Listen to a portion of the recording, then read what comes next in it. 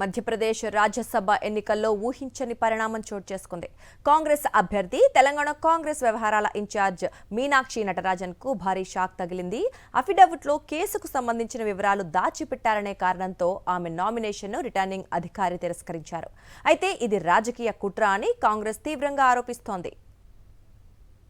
మధ్యప్రదేశ్లో 3 రాజ్యసభ స్థానాలకు ఎన్నికలు జరుగుతున్నాయి. 2 స్థానాలు అధికార బీజేపీ ఖాతాలోకి వెళ్లే అవకాశాలు కనిపిస్తుండగా 3వ స్థానానికి కాంగ్రెస్ తరపున మీనాక్షి నటరాజన్ బరిలోకి దిగారు.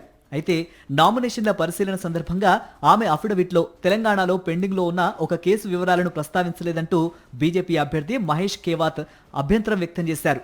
ఈ అభ్యంతరాన్ని పరిశీలించిన రిటర్నింగ్ అధికారి ఆమె నామినేషన్ను తిరస్కరించారు. అయితే ఈ ఆరోపణల్ని కాంగ్రెస్ పూర్తిగా ఖండిస్తోంది. మీనాక్షి నటరాజన్పై ఎలాంటి ఎఫ్ఐఆర్ నమోదు కాలేదని, ఎలాంటి క్రిమినల్ కేసు కూడా పెండింగ్లో లేదని మధ్యప్రదేశ్ కాంగ్రెస్ ఇన్ఛార్జ్ హరీష్ చౌదరి స్పష్టం చేశారు. కోర్టు నుంచి వచ్చిన షోకాజ్ నోటీసును కేసుగా పరిగణించలేమని, దాన్ని అఫిడవిట్లో పేర్కొనాల్సిన అవసరం కూడా లేదని ఆయన తెలిపారు. సాంకేతిక కారణాలు చూపించి నామినేషన్ను తిరస్కరించడం చట్టబద్ధం కాదని Congress వాదిస్తోంది. Democratic principle of this country.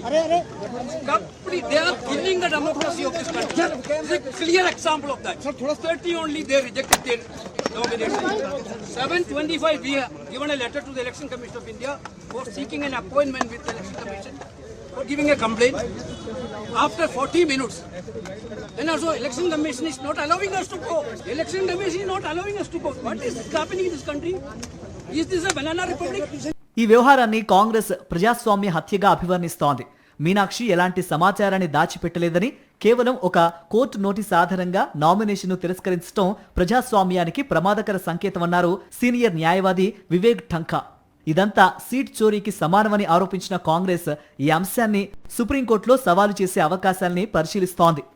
Meenakshi Natarajan తిరస్కరణకు నిరసనగా కాంగ్రెస్ నేతలు ఢిల్లీలోని కేంద్ర ఎన్నికల సంఘం కార్యాలయం వద్ద ఆందోళన చేపట్టారు. సిఈసి కార్యాలయం లోపలికి వెళ్లేందుకు ప్రయత్నించగా పోలీసులు అడ్డుకోవడంతో హైడ్రామా చోటు చేసుకుంది. కేసీ వేణుగోపాల్, భూపేష్ బఘేల్ సహా పలువురు నేతలు ఈసీకి వినతి పత్రం అందజేశారు. ప్రజాస్వామ్య ప్రక్రియను బీజేపీ ధ్వంసం చేస్తోందని ఆరోపించారు. దీనిపై స్పందించిన ఎన్నికల సంఘం కాంగ్రెస్ ప్రతినిధి బృందానికి ఇవాళ మధ్యాహ్నం 12 గంటలకు అపాయింట్మెంట్ ఇచ్చింది. సిఈసి పిలుపుతో నామినేషన్ తిరస్కరణ అంశంపై కాంగ్రెస్ నేతలు చర్చించనున్నారు.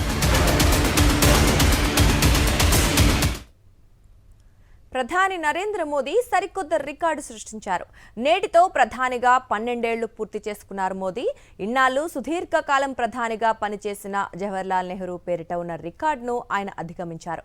గతంలో 1952 మే 13 నుంచి 1964 మే 27వ తేదీ వరకు మొత్తం 4398 రోజులు ప్రధానిగా పనిచేశారు నెహ్రూ.